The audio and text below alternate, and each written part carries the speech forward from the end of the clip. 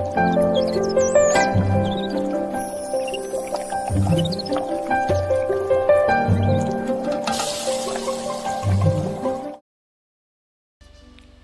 అతి శ్రేష్టమైన నామాన్ని బట్టి ప్రియ దేవుని బిడ్డలైన ప్రతి ఒక్కరు కూడా వందనాలు తెలియజేస్తున్నాను. ఈరోజు అనుదిన దేవుని వాక్య భాగాన్ని చదివి ధ్యానం చేద్దాం. పేతురు రాసిన మొదటి పత్రిక 5వ అధ్యాయము 6వ వచనం. దేవుడు తగిన సమయమందు మిమ్మల్ని హెచ్చించినట్లు ఆయన బలిష్టమైన చేతి కింద దీన మనస్కులై ఉండుడి. ఈరోజు దేవుడు మనతో మాట్లాడుతున్న విషయం వేచి చూడు అని దేవుడు మనతో మాట్లాడంటే మనం ఎదురు చూడాలి, వెయిట్ చేయాలి, వేచి చూడాలి. తగిన సమయంలో దేవుడు మనల్ని హెచ్చిస్తాడు. అప్పటి వరకు మనం ఏం చేయాలంటే దేవుని యొక్క బలిష్టమైన ఆయన చేతుల కింద దీన మనస్సు అనే వస్త్రము ధరించుకుని మనం ఎదురు చూడాలి, వెయిట్ చేయాలి. మనం అనుకున్న వెంటనే ఏది మన జీవితంలో జరిగిపోవు, అయిపోవు. దాని కొరకు మనం కనిపెట్టాలి, ఎదురు చూడాలి, వెయిట్ చేయాలి. వెయిట్ చేయకుండా ఏది మనం దక్కించుకోలేము, అనుభవించలేము, ఏది మన జీవితంలోకి రాదు. దేనికైనా మనం దేవుడు మనకు పెట్టింది కష్టం వల్ల మనకు ప్రతిఫలం వస్తుంది. అంటే వేచి ఉండుట్లో కూడా మనం కష్టపడాలి, వేచి చూడాలి, ఎదురు చూడాలి. అప్పుడు దేవుడు అంటున్నాడు, నేను ఇప్పుడే దీవించబడాలి, ఇప్పుడే ఆస్వాదించబడిపోవాలి, ఇప్పుడే నేను హైలైట్ అయిపోవాలి, లేదా ఇప్పుడే నేను గొప్పగా ఉండాలి అని అనుకున్నంత మాత్రాన అది అయ్యే పని కాదు, జరిగేది కాదు. ఎదురు చూడాలి. దేవుని పట్ల మనం భయభక్తులు కలిగి ఉన్నప్పుడు ఆయన బలిష్టమైన చేతి కింద దీన మనస్కులు తగ్గించుకుని ఎవరైతే మనం ఉంటామో మనం తగ్గించుకుని దేవుని ఎదుట కనిపెట్టుకుని ఆ మనస్సు కలిగి జీవిస్తామో వారిని తగిన సమయంలో, అంటే అది దేవుని సమయం, అది మనం అనుకున్న టైం కాదు, అది మనం అనుకున్న సమయం కాదు, అది దేవుడికంటూ మన పట్ల ఒక టైం ఉంటుంది, ఒక సమయం ఉంటుంది. అదే తగిన సమయం అని బైబిల్ చెప్తుంది. ఆ తగిన సమయంలో దేవుడు అద్భుతం చేస్తాడు, ఆశ్చర్యకార్యం జరిగిస్తాడు, ఉన్నతమైన కార్యం చేస్తాడు. తగిన సమయం నిన్ను హెచ్చిస్తాడు దేవుడు. అంటే నిన్ను ఎప్పుడు హెచ్చించాలో, నిన్ను ఎప్పుడు ఉన్నతమైన స్థానానికి తీసుకెళ్లాలో, ఎప్పుడు నీ పరిస్థితిని స్థిరపరచో దేవుడికి బాగా తెలుసు.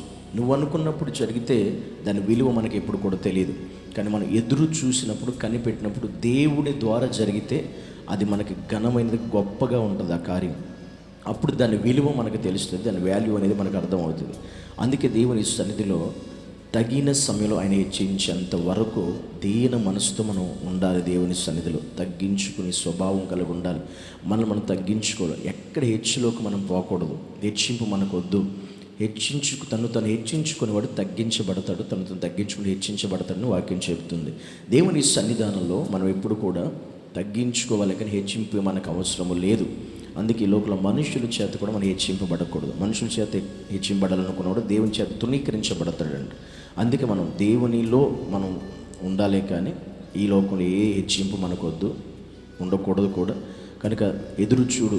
నువ్వు అనుకుంటే ఇంకా దేవుడు దీవించడేంటి, ఇంకా ఆస్వాదించడేంటి, ఇంకా అభివృద్ధి పరచడేంటి, ఇంకెప్పుడే దేవుడి కార్యం చేస్తాడు అనుకుంటావు. తగిన సమయంలో దేవుడు చేస్తాడు. వెయిట్ చేయి, ఎదురు చూడు, కనిపెట్టు. ఆయన ఏ టైంలో నీ జీవితంలో ఏ కార్యం చేయాలో ఆయనకు బాగా తెలుసు. ఆయనకు తెలిసినంతకీ ప్రపంచంలో ఎవరికి తెలియదు. మన జీవితంలో, మన పరిస్థితిలో ఎప్పుడు ఏ కార్యం చేయాలో దేవుడికి బాగా ఆయన ఎరిగినవాడు. ఎందుకంటే మన పరిస్థితులు ఆయనకి మాత్రమే తెలుసు కనుక, ఆయన మాత్రమే చూస్తున్నాడు కనుక ఆ టయానికి, ఆ సమయానికి ఖచ్చితంగా దేవుడు కార్యం చేస్తాడు.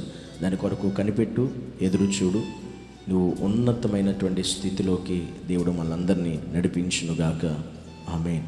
పరిశుద్ధుడానికి వందనాలు. నీ వాక్యం చెప్పినట్లు మేము అనుకున్నప్పుడు కాదు, నీ సమయం వచ్చినప్పుడు తగిన సమయంలో నువ్వు మమ్మల్ని హెచ్చించే దేవుడు. అప్పటి వరకు తగ్గించుకొని వినయము కలిగి, విధేయత కలిగి నీకు లోబడి జీవించే ఆత్మీయ జీవితాలు మాకు దయచేసి సహాయించు. ఎందుకంటే ఈ లోకంలో ప్రభు ఎంతోమందిని ప్రభా ఒక గొర్రెలు కాసుకునేటువంటి వ్యక్తి నీకు రాజుగా నువ్వు హెచ్చించినటువంటి గొప్ప దేవుడు. తగిన సమయంలో ఈ లోకంలో ఒక గాడిదలు కాసుకునే వ్యక్తిని కూడా రాజుగా చేసిన దేవుడు, హెచ్చించినటువంటి దేవుడు.